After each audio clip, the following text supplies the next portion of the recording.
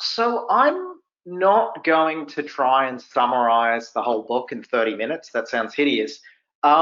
Instead, what I'm going to do is give you a specific part of it, and then hopefully in questions, we can begin to broaden out to whatever other issues or larger themes or other themes you might be interested in. So the material I'll be presenting today is taken from the final chapter of Difference and Disease. That chapter is one of 3 that explores the relationships between medicine and race across the 18th century. 2 of them take up the history of race medicine, a term I've coined by way of analogy with race science introduced by Nancy Steppen in the early 80s. Turning away from the emphasis in most of the secondary literature on questions of morphological structure and hence on racialized anatomy, questions shared, for example, between natural history and medicine, I ask instead about more specifically medical racial physiologies and particularly racial pathologies. When, I ask most basically, does race become a cause of illness rather than, like most diseases of the period, an effect of climate, diet, and other environmental factors? And the answer that I give in chapter 5, so the first of the 3 in this sequence in the book, the answer that I give in chapter 5 is that this shift towards medicine as a cause does not happen before at least the mid-18th century. Now, I date the turn towards hardening conceptions of race as part of a response to the abolitionist movement, beginning roughly in the 1760s. And so what I'll be up to here then is exploring the relationships between race, medicine, abolitionism, and slavery in the second half of the 18th century. The literature on the abolitionist debates is, of course, vast, but comparatively little attention has been paid to the role played on either side by medical men. And yet, medical arguments were critical for a debate that turned on who was to blame for the inhuman and near unimaginable losses of human life due to what was called the seasoning. I can talk about that in some detail. Or whether black bodies were essential for the cultivation of sugar under a blazing New World sun. Medical men and medical logics were marshaled in arguments over African inferiority and the very question of their humanity. So I'm going to do 2 things here. First, I'm going to explore the role of medicine in abolitionist debates.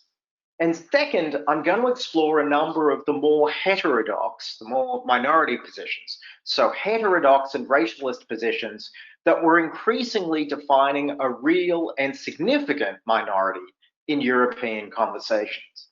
By 1780, I'll show one can begin to locate precisely the sorts of arguments that had been absent in the first half of the 18th century. Arguments where medical logics and racial logics were combined, and where racialized physical differences were described as causing characteristically racial medical differences. At the end of the century, then, race medicine was beginning to emerge. So, section 1, medicine and abolition. In 1789, the Jamaica House of Assembly published 2 reports on the slave trade, just as the abolitionist debate was coming to a head. The report dealt with 4 crucial criticisms of slavery, but I'm going to concentrate here on the 4th, that the decline in the numbers of slaves on the island was due to their poor treatment. Now, both sides, whether pro or anti-slavery, tended to agree on this one issue. Unlike the situation in the North American colonies, the slave population in the West Indies was not self-sustaining. Death rates exceeded birth rates, so that the importation of slaves was necessary for the slave population to remain level. Now, as I say, both sides agreed with that fact. Where they disagreed was over its explanation, and it was on this issue that the committee invoked the evidence of medical men. Now, the report listed 2 main causes of slave mortality. Quote, the great proportion of deaths that happen among Negroes newly imported, that is to say the seasoning, and quote, the loss which prevails among Negro infants that are born in the country. The 3 medical men called to provide evidence to the committee agreed that deaths were not, they claimed, to be laid at the doors of planters. Losses among newly arrived slaves were due to diseases from which they were suffering prior to landing, acquired either in Africa or on board ship. They differed more on the causes of the deaths of roughly 1/4 of infants within the first 2 weeks of life. James Chisholm ascribed this to the lack of cleanliness and care with which they were treated and dressed, a point that Adam Anderson denied. Neither, however, seemed to regard the issue as one that was easily solvable in practice. John Quire reported that the affliction was not common in the area of his practice and placed, as many would, placed the blame for the island's declining slave population on the so-called promiscuity of Negro women, which led both to frequent abortions and to a lack of care for children who were, quote, lost through neglect and the want of maternal affection, which the mothers seldom retained for their offspring by a former husband. Rehearsing standard tropes about the wickedness, ignorance, and wantonness of slaves then, physicians lent their expertise to the apologist cause. Now, if we accept that medicine played a role in abolitionist debates, we should also acknowledge the role played by abolitionist debates in pushing certain medical issues to the fore.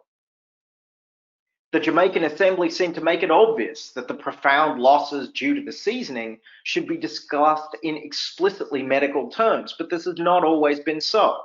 So in Charles Leslie's New History of Jamaica from 1740, that text did not shy away from describing some of the worst elements of life on the island. Trivial errors punished with brutal whippings, slaves treated cruelly simply for the pleasure of the overseer, and, quote, their bodies all in a gore of blood, the skin tore off their backs with the cruel whip. And yet, only a half-dozen pages after this horrific depiction, Leslie described the stunning numbers of deaths due to the seasoning without any of this emotion or empathy. An owner, he noted, must replenish, quote, his stock every year, or he would soon want hands for his work. Almost half of the new imported Negroes die in the seasoning, end quote. Now, one might call that a numerical fact in an economic register. Compare it to the way the leading abolitionist Anthony Benezet used it. In 1762, Benezet too noted that roughly half of the slaves imported to Jamaica died of the seasoning. Quote, I do not think there is an instance of so great barbarity and cruelty carried on in any part of the world as is this, year after year. It's enough to make one tremble, to think what a load of guilt lies upon this nation on this account, and that the blood of thousands of poor innocent creatures murdered every year in carrying on this cursed trade cry aloud to heaven for vengeance. An economic fact had become a moral fact. And it is surely no coincidence that the first tract on how to properly season slaves to avoid such losses appeared 2 years later. In publishing his essay on the more common West India diseases in 1764, James Granger registered his astonishment that no medical tract has been purposely written on this method of seasoning new Negroes. His method was fairly straightforward, for the record, involving gradual habituation for the work of the fields. This was valuable counter-propaganda and signaled the beginning of medicine's involvement in a discourse about the development of a more benevolent slavery. The seasoning in Granger's work was not a brutal numerical fact that underscored the fundamental inhumanity of the slave trade. It was rather a problem to be resolved by better and more medically informed management. A numerical fact in this reading could be economic and moral simultaneously. Now, perhaps the most important text written was that written by the former surgeon, Reverend James Ramsay, in 1784. Ramsay excoriated planters for their treatment of the enslaved and drew bitter and often ad hominem replies. Ramsay covered some of the same ground of abolitionists before him, building before the reader's eye an image of the grossly excessive labor and brutal punishments to which slaves were subjected. He also added comparatively new elements, drawing on his surgical experience and his time working in a lying-in hospital. Ramsay may have been the first major abolitionist writer to detail the system for caring for sick slaves. Some frugal planters, he noted, eschewed the services of medical men, dosing their slaves with commercially available powders and pills and calling in a practitioner only to, quote, pronounce them past recovery. Even more disturbing than this portrayal of callous neglect may have been Ramsay's description of the treatment of pregnant and nursing women. Even pregnant women in the last months of their term were assigned to the field gang, quote, and hence suffer many an abortion, which some managers are unfeeling enough to express joy at, because the women on recovery, having no child to care for, will have no pretense for indulgence. Were she to carry the child to term, Ramsay continued, the infant would be born in a damp, dark, smoky hut, which explained the loss of such infants to cramps and convulsions. Now, Philip Gibbs published his Instructions for the Treatment of Negroes 2 years after Ramsay's essay. His positive recommendations were fairly basic and involved allowing sufficient time for new slaves to become seasoned to the climate and labour, and providing them with sufficient amounts of nutritious food after the recommendations of Count Rumford. Turning to the question of whether pregnant women should work in the fields, Gibbs agreed with Ramsay, albeit for somewhat different reasons. Quote, laborious exercise obstructs procreation, for which reason it is extremely improper and ill-judged to make females carry canes to the mill or in uneven fields. Robert Thomas, writing in 1790, concurred, suggesting that benevolence, he claimed, was already a part of the care provided by several proprietors who did not assign women to the field gang after their first 3 or 4 months of pregnancy and demanded lighter work until the 7th or 8th month, when no further duty was required. That position marked a difference from John Quires in his testimony to the Assembly. Quire averred that, quote, moderate labour is beneficial to pregnant women as being the best means of preserving general health. Where these defenders of slavery were all in apparent agreement, however, was on the necessity to move the debate on the declining slave population away from the question of death rates and towards those concerning birth rates. For on the latter, they could and did dwell on questions of the promiscuity of enslaved women and avoid many of the ugly questions about infant mortality that abolitionist authors were raising. Gibbs thus claimed, for example, that, quote, early prostitution is the certain obstruction to population. More standard explanation, Jennifer Morgan has talked about this in detail, more standard explanation connected Afro-Caribbean hypersexuality with a resultant venereal infection leading to infertility, or else tied prostitution to the procuring of abortions, which then led to medical difficulties. Edward Long, to take only one example, stated simply that, quote, the women here are in general common prostitutes, and many take specifics to cause abortion. Now, one reaction to the abolitionist critique was the passing of laws to ameliorate the conditions of slaves. Among these laws were some that mandated that medical men testify in cases of excessive neglect or unlawful deaths of slaves. Such laws seem impossibly naive, assuming that they were intended to have real effects in the first place, since medical men were dependent upon slave owners for their livelihoods. Indeed, the testimony of such practitioners seems to have largely served the opposite cause.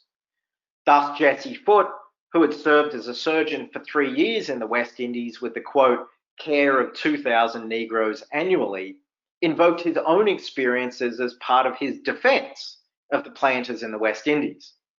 Foote declared that he had personally not seen, quote, any other treatment than that which humanity dictates, adding that, quote, during my practice, I never was called to give surgical relief to any Negroes who had suffered from the severity of chastisement. So the abolitionist debate, spearheaded in some cases by those with medical training, managed to place the medical care of slaves near the forefront of public concern.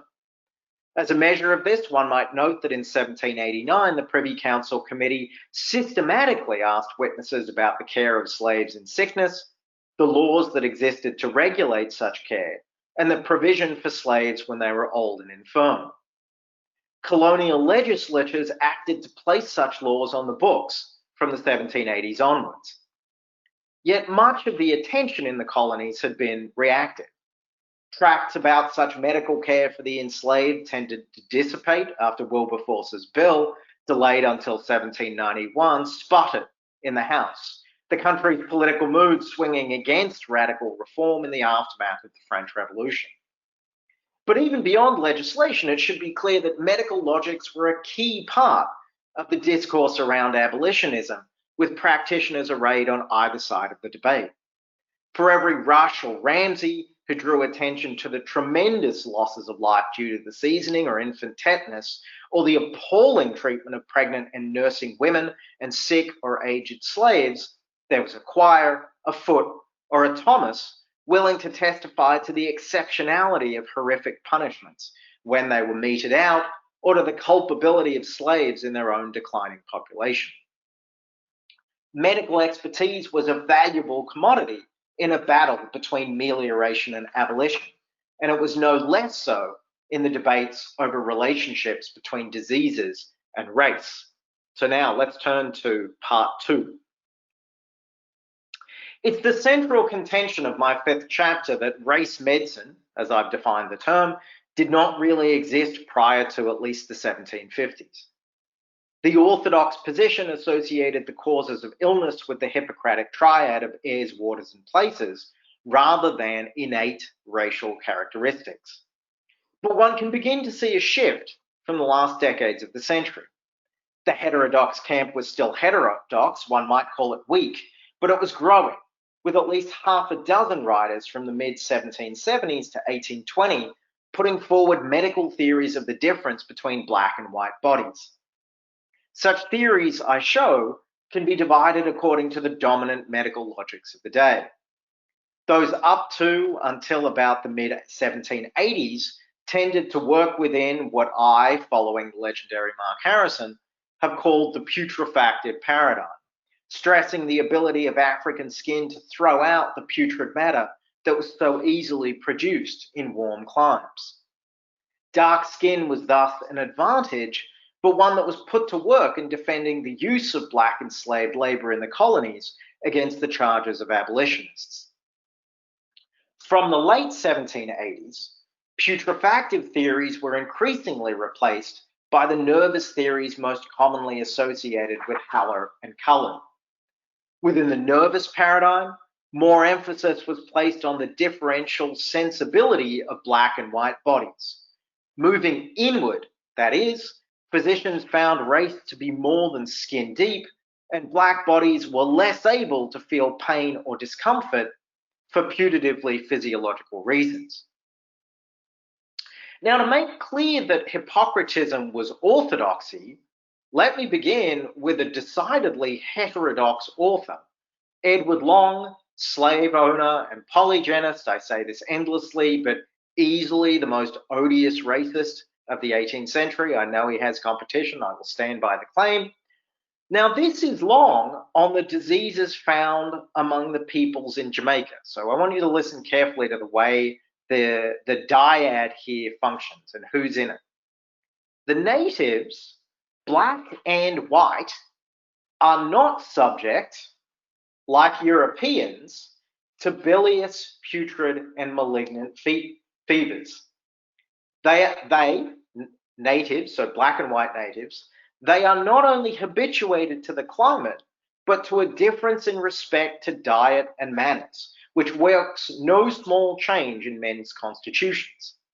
A Creole, if he was to addict himself to that kind of diet, which is known to have a tendency to produce disorders or an acrid, corrupt bile, would no more be exempt from them than a European.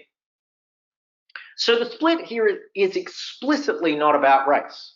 The division is about nativity and habituation. White and black Creoles are paired and juxtaposed together to newly arrived Europeans.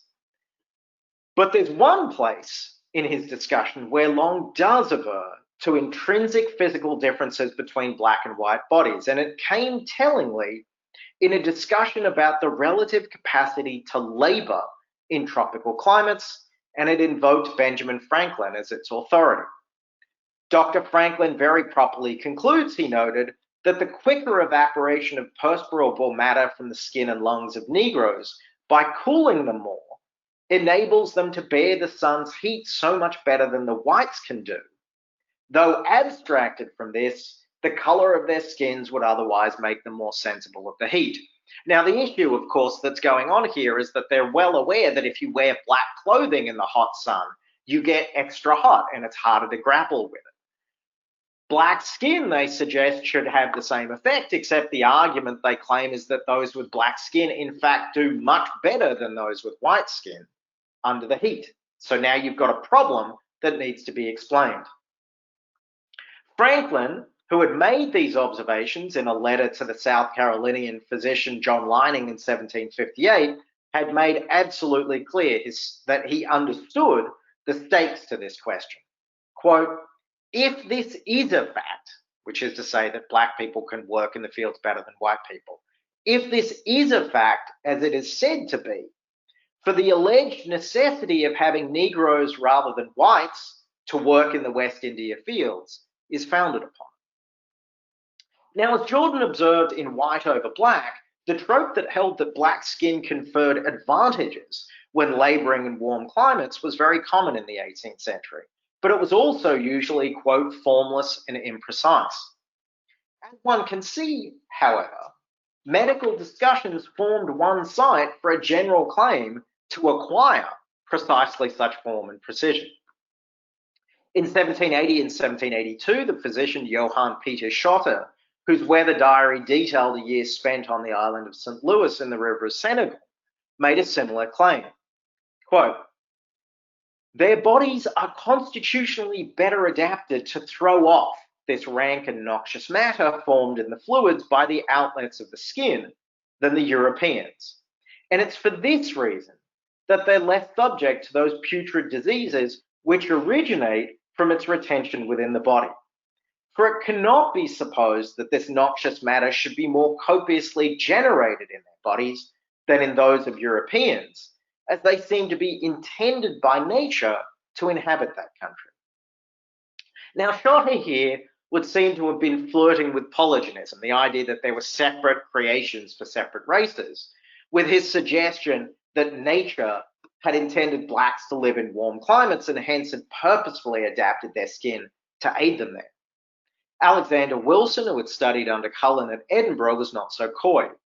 In some observations relative to the influence of climate on vegetable and animal bodies from 1780, he made arguments that combined phlogiston theory with claims about the cause of the blackness of skin, the capacity of such skins to keep its possessors healthier under the tropical sun, and the concomitant smell of phlogisticated sweat.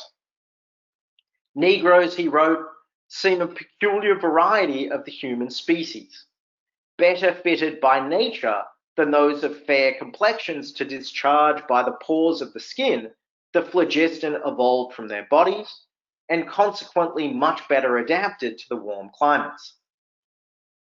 So between Long, Schotter, and Wilson, we have three texts published within a decade of one another. The authors of each were very different.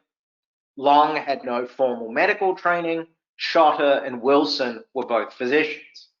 Long was drawing on his experiences in the West Indies, Schotter from Senegal, Wilson from unspecified warm climates. Yet in terms of their claims, the similarities are abundant. All either explicitly or implicitly denied monogenist orthodoxy, the idea that we all derived from the same parents. All pointed to the black skin of those from Africa as a racial peculiarity, but all also seem to suggest that the truly significant medical characteristic of black skin was not primarily its color, but rather the protection it afforded its possessor in warm climates. And they identified that protection in the same way. Franklin, we can suggest, had argued natural philosophically, so to speak, positing that dark skin allowed the easier passage of perspiration, which then evaporated on the outer surface of the skin. Long, Schotter, and Wilson, on the other hand, argued more medically, stressing not the perspiration alone, but rather what it carried with it. Black skin allowed dangerous matter, bad humours for Long, rancid and putrid particles for Schotter, phlogiston for Wilson, to be expelled from the body more easily than white skin, one side effect being the racialized smell supposedly typical of Negroes. The three also held in common what they did not argue. Race did not make much of a difference in susceptibility to the vast majority of diseases. And where blacks might suffer disproportionately rather than be protected, the cause was never innate. Now, of course, we should not be misled or confused by claims that suggested black superiority on any issue, particularly not when such arguments were made by those arguing that all humans were not of the same species. The ability to function better than whites meant, fundamentally, the ability to labor better than whites. This was a medicine either explicitly or implicitly in defense of unfreedom. Now let's turn then, this last part of the talk, to racialized medicine under a different paradigm.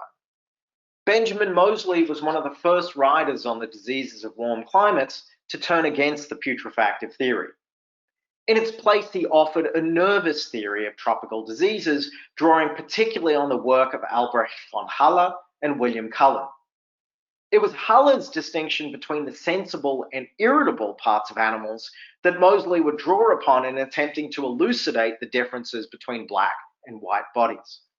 In Moseley's hands, the distinction between the irritable and the sensible became a racial trait. His treatise on tropical diseases, 1787, the first title we think with that phrase, tropical diseases, in it in English. His treatise tended not to discuss the afflictions of the enslaved population in any detail, but in considering tetanus, he drew a number of observations together. The locked jaw, he asserted, was a disease entirely of irritability and not of sensibility, meaning it affected only the muscles and not the nerves. Negroes, he observed, as had many medical men before him citing various different reasons, were particularly subject to the disease, and Negroes, he continued, quote, whatever the cause may be, are void of sensibility to a surprising degree. They are not subject to nervous diseases. They sleep very sound in every disease, nor does any mental disturbance ever keep them awake. They bear surgical operations much better than white people, and what would be the cause of insupportable pain to a white man, a Negro would almost disregard. Now, it does not take a cynical reader, I am in this case a cynical reader, but it does not take a cynical reader to suspect that Moseley's interest in reporting his beliefs on black insensitivity to pain and suffering, however firmly believed, might be related to criticisms leveled by abolitionists against planters and their harsh treatment of the enslaved.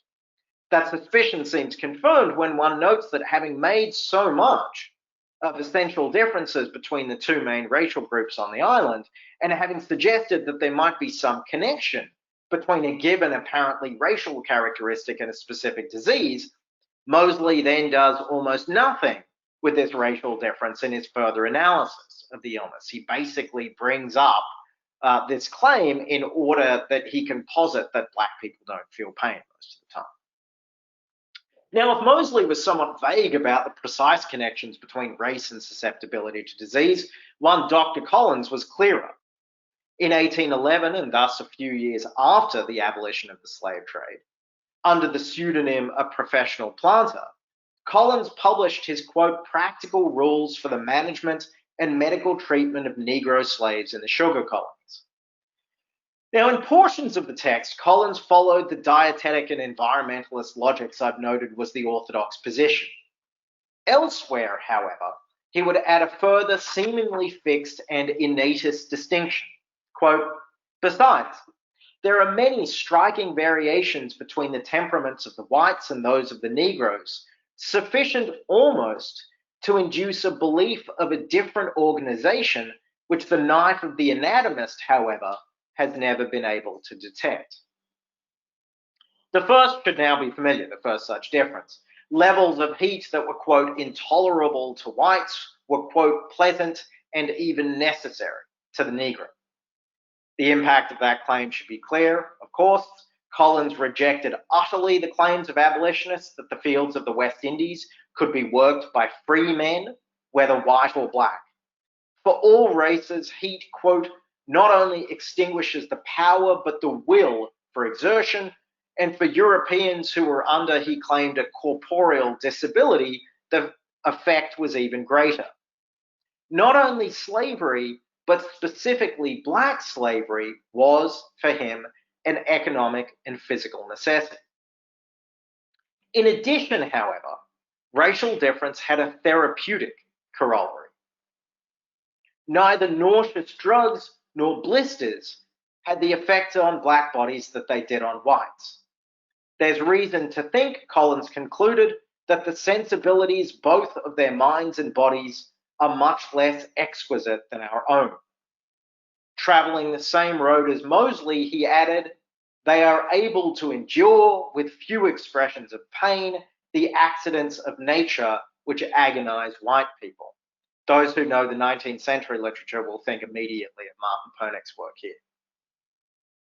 Yet where Moseley left the matter there, Collins offered an explanation. It's difficult to account for this otherwise than by supposing, which probably is the case, that animal sufferings derive a great part of their activity from the operations of the intellect. The power of such a set of claims should be clear. So on the one hand, Collins could stand with the orthodox when discussing disease causation, relating it to dietetic, behavioral, and environmental factors. There were no diseases, he acknowledged, peculiar to either constitution, which may not be entertained by both. Differences were a matter of degree and not of kind. On the other hand, he could still deploy racialist and essentialist arguments that denigrated the intellectual and emotional capacities of black people. Such arguments required no concrete anatomical evidence, since they were apparently undetectable by, quote, the knife of the anatomist. But they had palpable effects in terms of the day-to-day practice of medicine. Their general habits of life, he insisted, neither require nor admit of the refinement practiced with respect to white patients. Many physicians, of course, had simply taken it for granted that black and white patients would be treated differently. With Collins, one finds an attempt at a justification for this rooted not in the brute social and economic realities of a slave system, but in the seemingly intangible but essential physiological peculiarities of the races. Now, just a brief conclusion. By the 1770s, a number of authors were beginning to question the extent to which climate, diet, or behaviour could explain all of the characteristic features of the peoples of the world. The doctrine of special creations remained heterodoxy, though less heterodox than before, but race was hardening as a concept. Medicine, I would suggest, played a not insubstantial role in this hardening, but it did so in ways that were not straightforward. In more heterodox accounts, one finds a blending of anatomical conceptions of race, rooted in the skin, for example, with medical paradigms, the combination working to affirm the interests of planters and those who participated in the man trade. General assertions about the capacity of Africans and their descendants to labour in conditions deadly to Europeans were given a medical extension. Black skin not only cooled when it should have warmed, but it also encouraged the removal of the putrefactive elements that built up within the body in hot and humid conditions.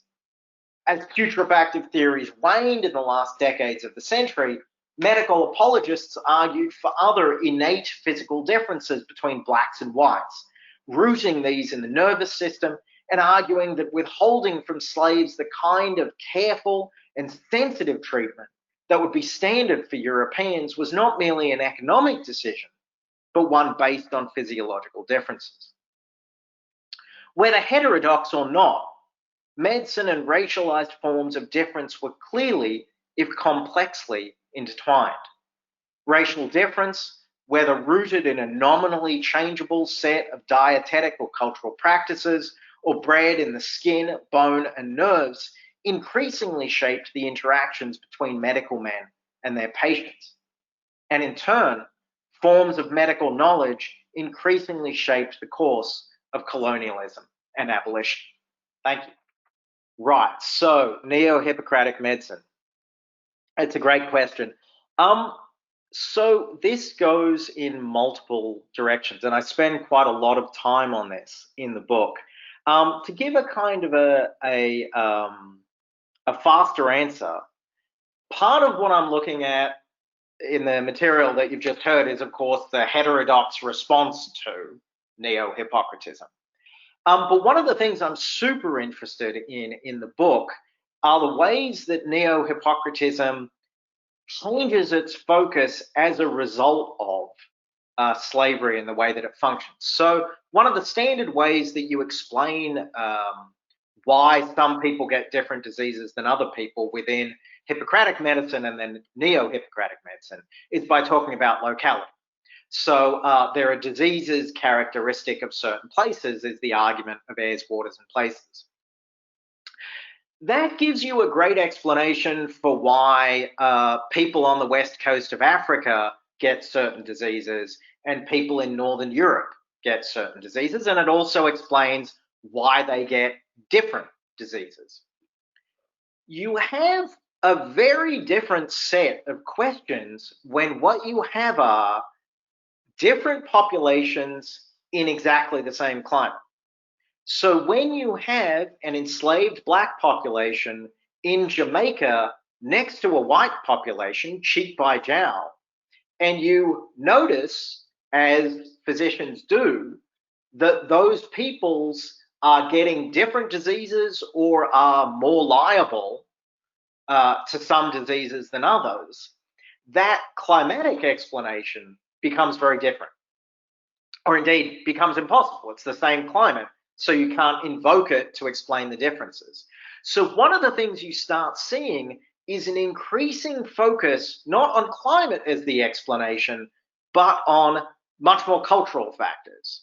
So diet is always important, but becomes stronger and stronger. But one of the things I note in this chapter, in chapter 7, is that you begin to see a hardening in those cultural explanations. So what I'm super interested in is that you get a kind of a beginning of a racialization of culture. It's almost essentialized those cultural differences that give you those different medical outcomes. And that's one of the things that I'm really interested in part because you can trace that through to the 19th century as well. Precisely that racialization of culture when within a full neo-Hippocratic form, those should actually be working at odds with one another.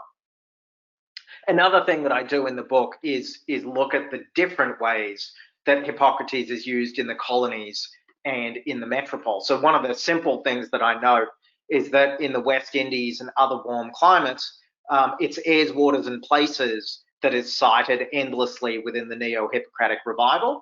It's much more likely to be epidemics that's cited within the metropole, and you get different kinds of focuses as a result. I hope that answers things. I'm sorry, I can't see your faces, so I can't see whether I'm satisfying things. There's an answer. Environmental explanations can be racial. Well, I mean, it kind of depends what you mean. I mean, in the sense that I'm understanding racial here to have to do with a certain level of innatist, fixist arguments, then environmental answers tend to be about bodies being malleable, at least within a neo-Hippocratic setting. The idea being that at least theoretically within older models, one can change quite quickly, and this is part of the seasoning argument as well.